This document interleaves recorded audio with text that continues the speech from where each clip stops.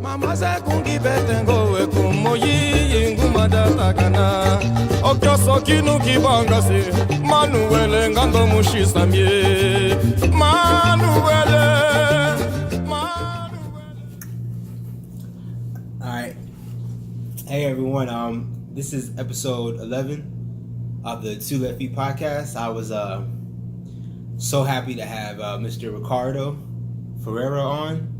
He lives in Portugal, and unfortunately, towards the beginning of the episode, we had some connection issues. So I tried to edit the podcast as best I can, but just some technical difficulties. I was actually very happy with this episode because what he spoke about went beyond dancing. Is actually a lot of like life lessons, man. I wasn't really expecting this. I got referred to him by someone else, so I wasn't really sure what to expect. But this is a really cool episode. I thoroughly enjoyed it. Ricardo is like a wonderful dude, man. He owns one of the more well-known dance studios in Portugal right now. So, please enjoy it. I hate to say this and do this, but if you could, man, leave a like and a subscribe. I know when I watch YouTube videos, I hate when people say that, but I realize now, like a call to action is kind of necessary. It really helps out the channel. If you could do that, that'd be awesome. Share with your friends, share with your people. If it has value, if you find value, and if not, then don't worry about it. But excited for this episode. Please enjoy it. Yeah, and I know you also lived in Norway. Is that correct? Yeah, I'm moving there in August. Okay, I'm curious. What's bringing you to Norway? Well, I met my girlfriend here, and so I to keep the relationship, I have to move there. I understand that. I understand that. She's from there, so I have to move. I'm curious. Did you meet your girlfriend dancing? How'd you meet her? Yeah. She came here to do a surf course and to learn how to dance, and then we met that way. Okay, that's awesome, man. I'm curious. I believe you started dancing salsa originally. How did you get into salsa? Well, it's really crazy. I was one day at night watching TV at 3 a.m. I was watching a random show, and I pointed to the TV and I said to myself, I'm going to dance like that. Okay. At night. I just like decision with no plan, no nothing, was really crazy.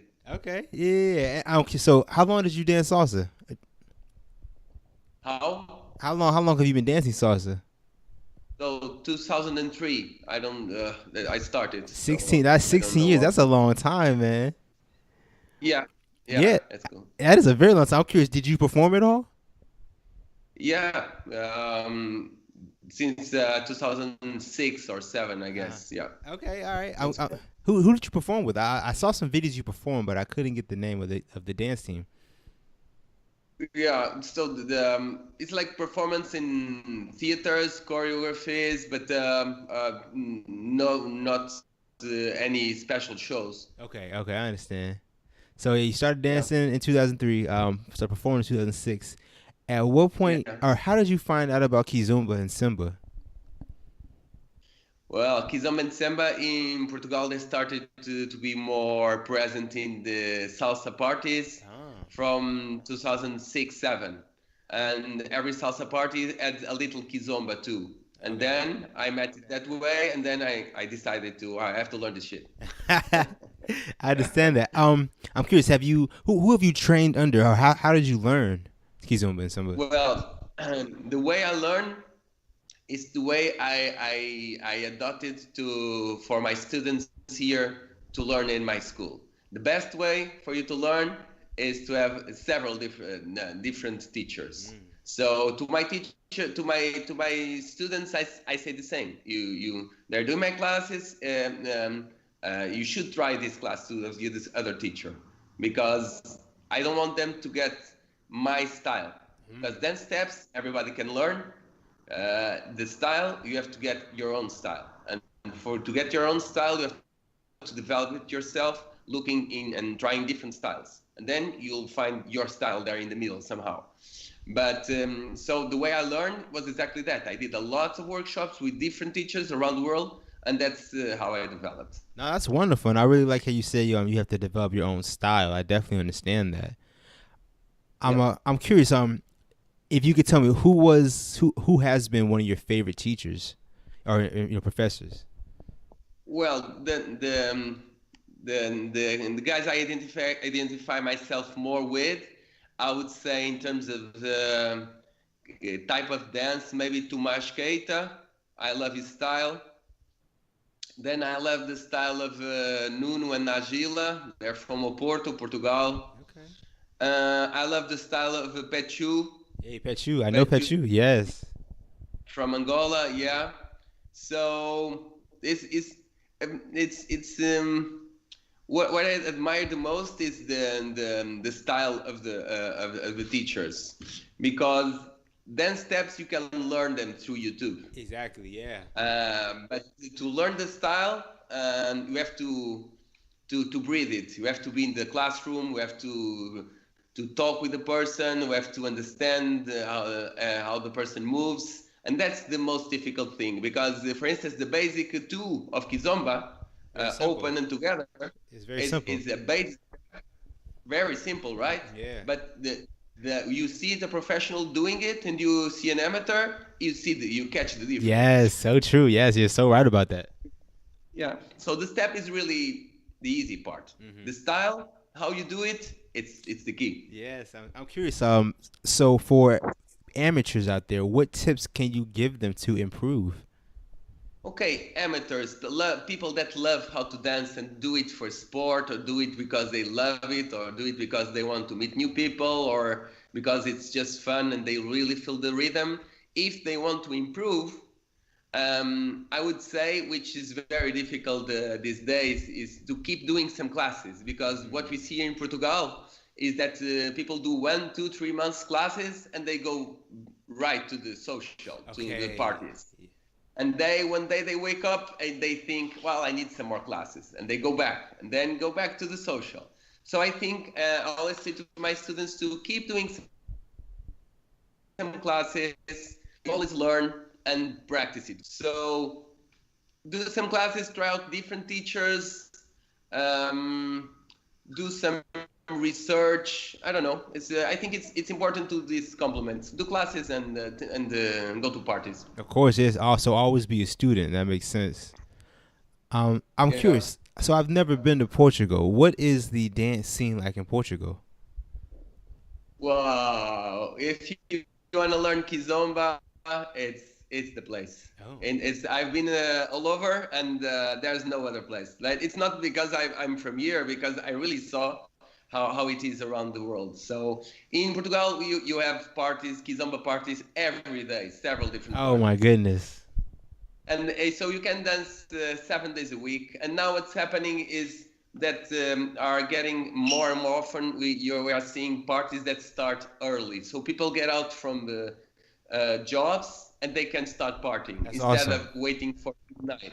Yeah. Usually a party starts at midnight and ends at 4, 5, 6 a.m. Oh my goodness. So, but now you can start partying at 8, maybe in some cases at 7 p.m.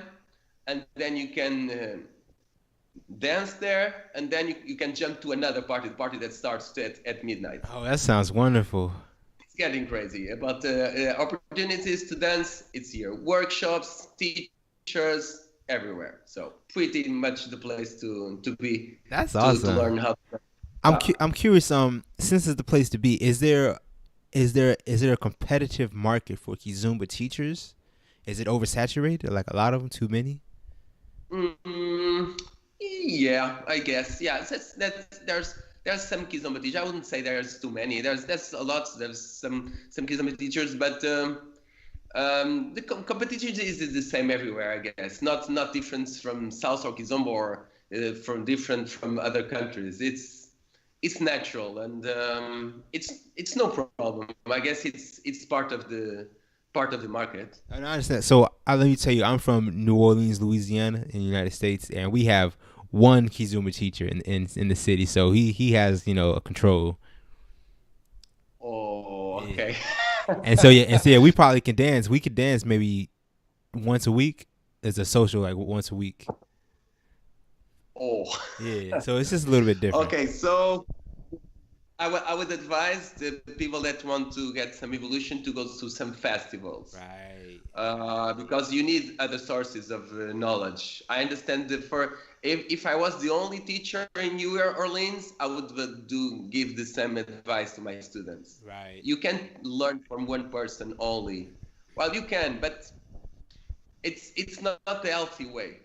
Healthy way is to get information for different sources, because everybody teaches the same thing differently. So true. Or a little detail or the style, there's always something different. And if you really want to have the big picture of it and then take your own style, really enjoy and have fun with the dance, you have to have the big picture. I like what you're saying, man. You're speaking truths. Yeah. Speaking of festivals, I'm curious, what are some of your favorite festivals to go to? Festivals, yeah. So my personally, the dance scene in Portugal is a little different than what I've seen around the world, because it's one of the few places where there is more men than women dancing. Okay. So every place out of Portugal, to me, it's great, because everywhere I go, there's a lot of women. So that's awesome. When you're going to a party, you don't have to wait to dance. So it's pretty much cool. So, but I love to go to Spain to dance because it's really close. I wouldn't say Nordic countries I like to go to. I think there is no the difference wouldn't be on the dancers. To me, because the type of dancers are pretty much the same around the world. I would say it's more about the quantity of partners to dance available. Okay, I understand that. I know that you were recently in California. Is that correct? Yes, with Lucia Nogueira invited me, and they're teaching there with her. Yeah, I just actually had Lucia on the show right before you, sir. I'm curious. How did you get in contact with Lucia? How do you know her? Okay, Lucia, she's Portuguese. She's from Açores. Yeah. So I knew. I don't. The other day I was thinking about it. I don't really remember how did I met her. Well, but I met her here in Portugal. I don't remember how, and then we kept in touch. I guess we have. I love their energy, and I think like as everybody, we like to be close to people with good energy. Yeah. And that inspired me, and I saw that their style of teaching was pretty much happy and cool, and I enjoyed it. It was great to have her near, and then I think it developed from there. Okay, that's awesome. I'm curious. How does San Diego compare to Lisbon?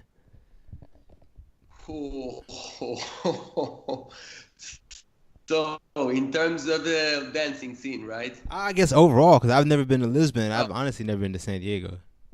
My first time in America was 1999 in New York, and I didn't remember much. But this time I saw everything. It was pretty much different for the first sizes, and everything is big. Everything is far away. And I enjoy the fact that there is order, cleans. The streets are cleaned. The cars actually stop for you to pass on the crosswalk. So I like the order, and it seemed like a nice city. To me, it felt like it was a long distance to go anywhere. Yeah. It's a long way. Yeah, so, that's America. Yeah. I'm curious. I know you took some indoor skydiving classes, or how was that? That's so cool. And that was in the end. I was asking them, I want to open something like this in Lisboa. It will be pretty much cool. And they said they had the rights or the patent over it. So forget it. Okay. All right. That's pretty crazy. So I wanna ask you. But it's pretty cool. That's pretty cool. I saw the pictures. It looks really cool. Yeah. I'm curious. What is your mentality when it comes to like overcoming challenges or like obstacles? Overcoming challenges about what? What is your mindset to overcoming Yeah. challenges? Ah. Ooh. Well, about what's happening about the Kizomba. What's happening is that it's we are getting a big competition now, which from urban kids, which is well, a new dance on the market. Yeah. Very people like to see it, and so I think we need, as teachers, as schools, as festival the entrepreneurs, to do around uh, uh, um, what's really Kizomba, because outside wherever it's that 90% probability it's not. It's urban keys, it's fusion, it's whatever. Yeah. Kizomba is not getting so much good information. It's not so cool, because people that don't know are learning from the beginning. They get bad information. If you're going to a class to learn salsa and they start to teach you bachata, then you will learn. You think you will learn you learn salsa, but what you really know. So that's exactly what's happening with Kizomba and urban keys. People go to a Kizomba class and they are learning urban keys. Right. Which is, so that's our challenge for the future. With Kizomba should be teach Kizomba. Looks pretty much simple, but it's not. No, it's not. Hey, so the audio feed keeps breaking in and out. I want to try and just do straight audio. Is that okay with you? Yeah. So we just turn the video off. I want to see if that helps it out. If I turn my video off and you turn your video off. Okay, I'm turning the video off. Okay. I'm hoping that this might help with just the audio breaking in and out. Okay. All right, so looks. it sounds a little bit better. We have to keep talking to see. Okay, no, I understand. I'm curious. I have a question for you. For people who are being hesitant to learn to dance, or being hesitant to do anything, at what point should they just jump in and do it? And at what point, I guess, what would you say to them? You know, for being hesitant versus being ready. Yeah, any dance, salsa, kizomba, whatever. Yes, sir. Yeah, anything in life, honestly, being hesitant versus being ready. I'm telling you what is my experience here. I have my dance school since 2011, and I've seen transformation in people. I see them coming in on the first day with very shy, with dressing very formal, and people that are really not so social. So what I see happening is after some classes, people get more talkative, people get more self-confident. So dance really changes you as a person. It gives you confidence. Self-confidence everybody needs. Yeah, so true. Master of self-confidence, sometimes you're just faking it. So everybody needs it. Yes. And dancing is the most amazing thing to build that on you. No, I definitely understand that. I definitely agree with that. Yeah. I'm curious. I know you started dancing a while ago. Did you jump? What made you decide to teach? Okay, so it happened in 2005. Okay. And let me think a little. Well, I think I was in a stage that I was working in marketing at the time, and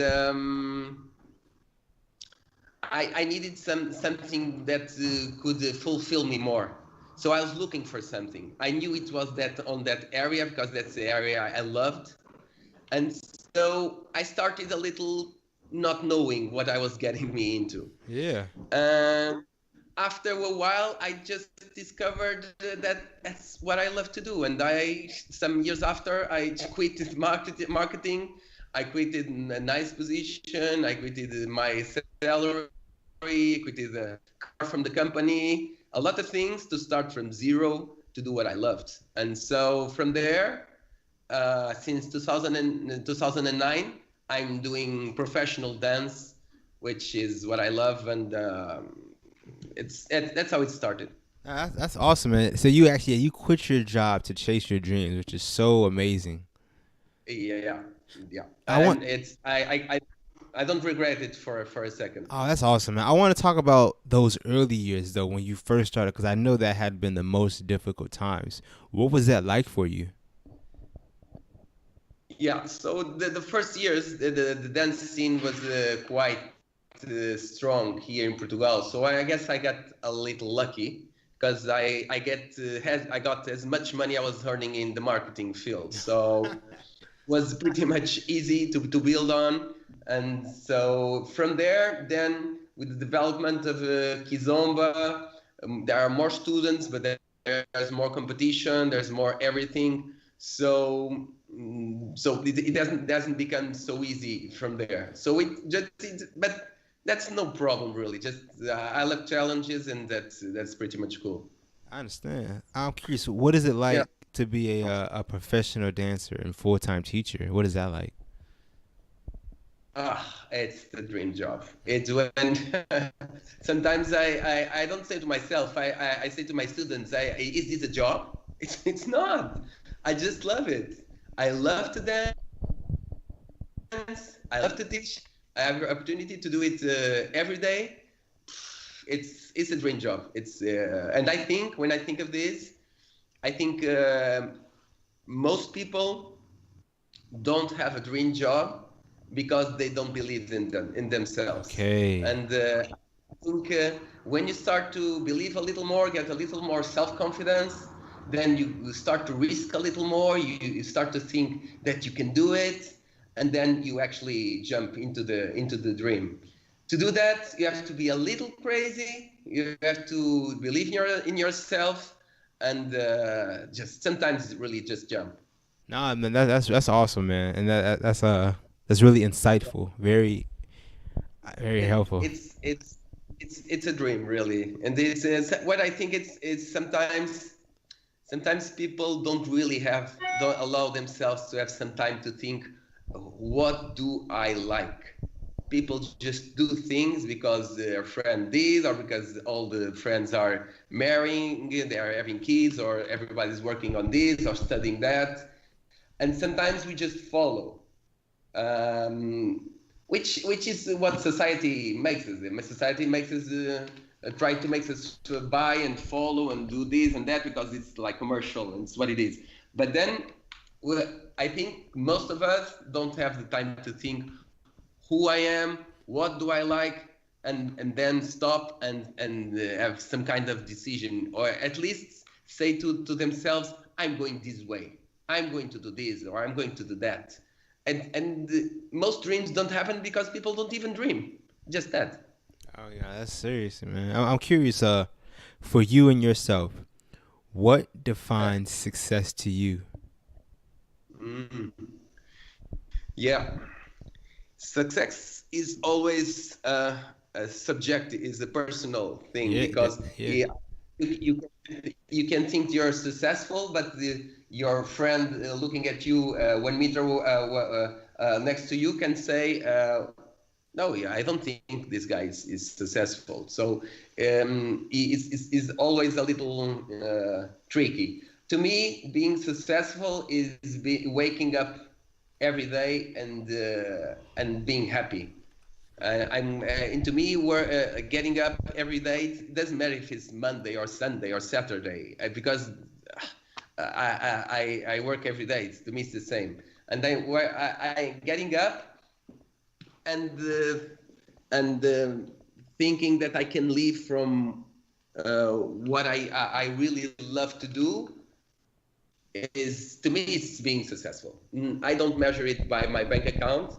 I don't measure it by what others say. To me, it's measured in the happiness I feel and the freedom I feel, the love I have for what I do. It's pretty much it. No, that's wonderful, man. I want to say, I really look up to you because I want that freedom. You know what I'm saying? I want that happiness in my life. Everybody wants. That's the thing. Yeah. That's why I kind of started this podcast, man. I really like dancing. I love dancing. I love Kizomba. I love Samba. I love salsa, bachata, and It's great. and I want to make Thanks. something of this, man. Thanks for inviting. I think these podcasts are could be a tool to share this joy and to inspire people to dance. I think it's a great idea, man. No, yeah, I really appreciate that. Hey, so check this out, man. I wanna change gears on you, okay? Yeah. All right. So listen, this is what I'm gonna do. I'm gonna ask you a series of like these really quick questions. I want you to try and I want you to answer these in 10 seconds or less, okay? And I want you to answer these questions in 10 seconds or less. 10 seconds. Are you ready? You ready? Yeah. All right, cool. If you could meet anyone, dead or alive, who would it be? Anyone? Come on. I don't know. I don't know. I'm sorry. Yeah, come on, man. Give me one. Give me one. Dead or alive? Anyone? Okay. Dead or alive? Maybe my grandma. All right. Okay. What is your favorite thing to do outside of dancing? Ooh, I like to swim. I like to play golf. I like adrenaline. Pretty much it. I understand. Okay. Why did the chicken cross the road? Because the world was really there to be crossed. All right. What is the best gift you've ever received? Someone being waiting for me. Okay. If you had one superpower, what would it be? Just finish up this money shit. People shouldn't follow dreams for money or just getting another way of putting the world go around based on other things than money. Okay. All right. As a child, what did you want to be growing up? Sorry, I didn't catch the first part of the question. As a child, as a kid, what did you want to be growing up? Ooh, I never knew. I never knew. I never knew what I wanted to be until till I discovered dance, really. So I just follow like everybody. No, I understand. What As a kid, I didn't want to do. I just wanted to play. Yeah. What advice would you give your 25-year-old self? What in the beginning of the question? Did cut it? Sorry. It's all good. What advice would you give yourself? Hello? 10 advice, like tips, help. What advice would you give your 25-year-old self? Advice to who? Sorry. To yourself 10 years ago. 10 years ago. Ooh. So advice. Keep cool. Keep working. Don't rush it. Okay. Keep working. The results will come up. That's awesome, man. That's awesome. And last one. You Hello? are. Yeah. Can you hear me? Yeah. All right. So yeah, last one. Yeah. Okay. So you are stuck on an island. You're stuck on an island for 5 days, and you can only bring 3 things. What 3 things do you bring? Okay. Stuck on an island. My woman. Okay. Okay. I want to be alone. What more? A boat Okay. with a motor. That's a great idea. Give me one more. And I don't know, some food, some drinks. Yeah. Okay. All right. That was perfect. So yeah, you answered those questions perfect, sir. Thank you. Hello. Can you hear me? Yeah, I can hear again. I said you answered those questions perfect, man. Cool. Yeah. All right. So I want to ask you this. What advice could you give to beginners who feel like they're stuck in like a rut? They're stuck in the same place. Hmm. Well, think why are you stuck? Really feel what you're thinking. What are you feeling? And then, if you feel that you need more classes, you feel to have to I don't know. Sometimes I think festivals are inspiring. I think when you go to a festival, you meet new people, you see different styles, you really live a different atmosphere, and I think that might be inspiring. So if you're stuck in something, inspiration will solve it for sure. No, definitely. I like that. And I agree with you. When I go to festivals, I see the amazing talent level, and it's like, wow. And you always meet new people, you do new friendships, you live a certain atmosphere in the festival, everybody trying to learn and everybody so trying to do the same thing. I think it's very inspiring seeing that there are lots of others like you that are doing the same, so it makes you feel that okay, we are Yeah. in this. Yeah, so true, so true. I'm curious, what does it take for an intermediate person to become advanced? It's, I think like in any area, you really want. If you really want, you will do it. Some people need more practice. Some people need more information. Some people need different things. But the common thing, if you really want, then you'll do it. Yeah, that's great. That's great. I'm curious, what is one tip that you can give someone to make them a better dancer instantly? Instantly. Woo-ha! Man, I'm going to tell you what I just did. This morning I was teaching a salsa class beginners for teenagers. Okay. And teenagers are pretty much the most difficult audience you can ever have. I believe it. After you're talking for 5 seconds, they are arguing with each other. They're looking to the side. It's very difficult to keep their attention. And I was telling them, this learning dance process is nothing like what you're used to. When you're learning math, people explain to you things and it's done. Yeah. When you're learning how to dance, you have three stages. You have to understand, and I point to my head. You have to feel it, and I point to my heart. And then you have to practice, and I point to my feet. So you have to go through these 3 stages. And I think it's important for even for adults to understand that this dancing thing, the fact that you understand it, it doesn't mean anything. You still have to go through the other 2 stages, because people sometimes get a little frustrated. Okay, I understand it, but I can do it like him. Why? Because of that. It's not just an intellectual process. It's putting your body to communicate, and it's your head to understand. So I would say if someone wants to instantly learn, it's not like that. Okay. You have to go through this. No, I understand that. That makes 100%. That makes sense. That makes sense. When I say the word musicality, what does that mean to you? So basically, it means that you have to follow the music. It's I always divide this in 4 big draws to me.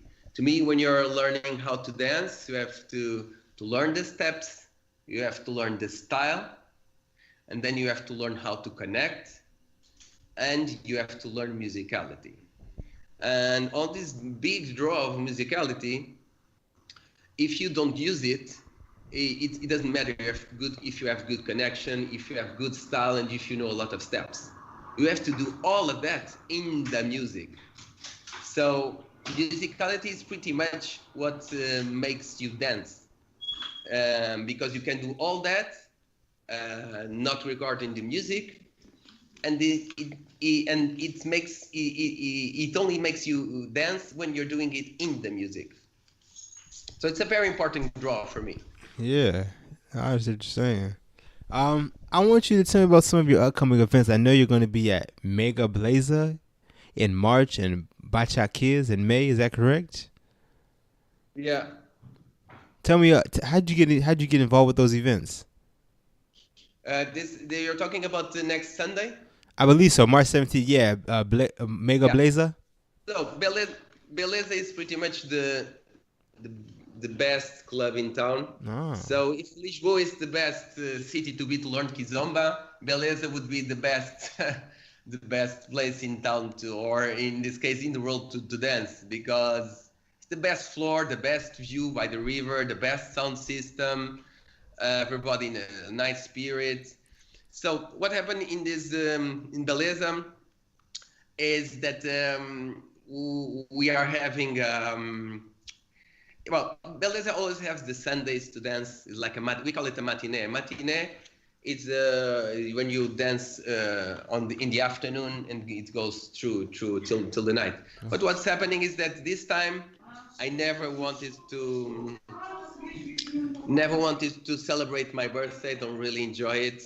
And this time, because I'm moving to Norway in August, I want to do it. I want to join lots of friends and lots of students. And so I talked with them, and we are starting a little earlier than what they used to start. So we're doing some show. People are dancing, having some cake.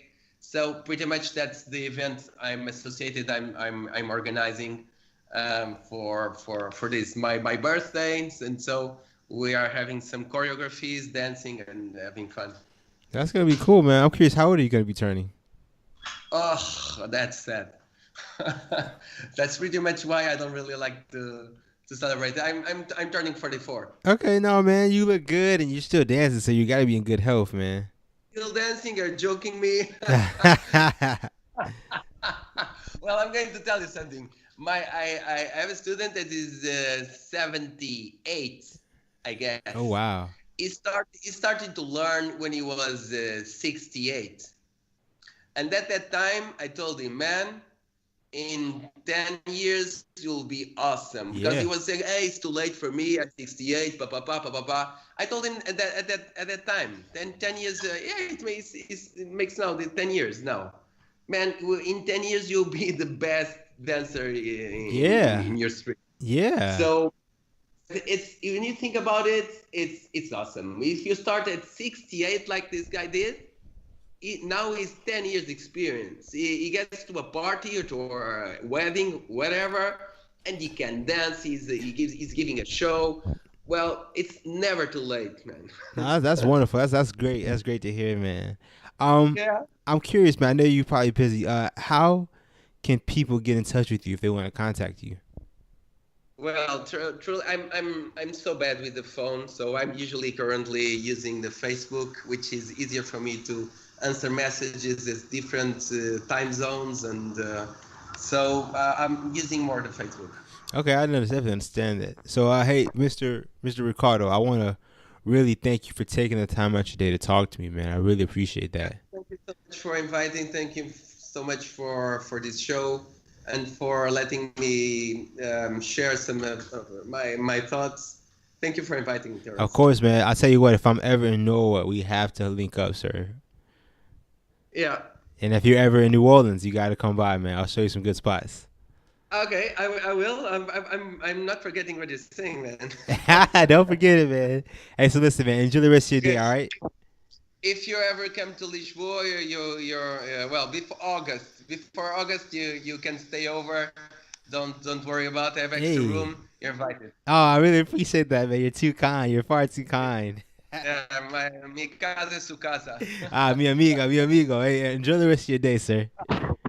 Yeah. All right, sir. Ciao.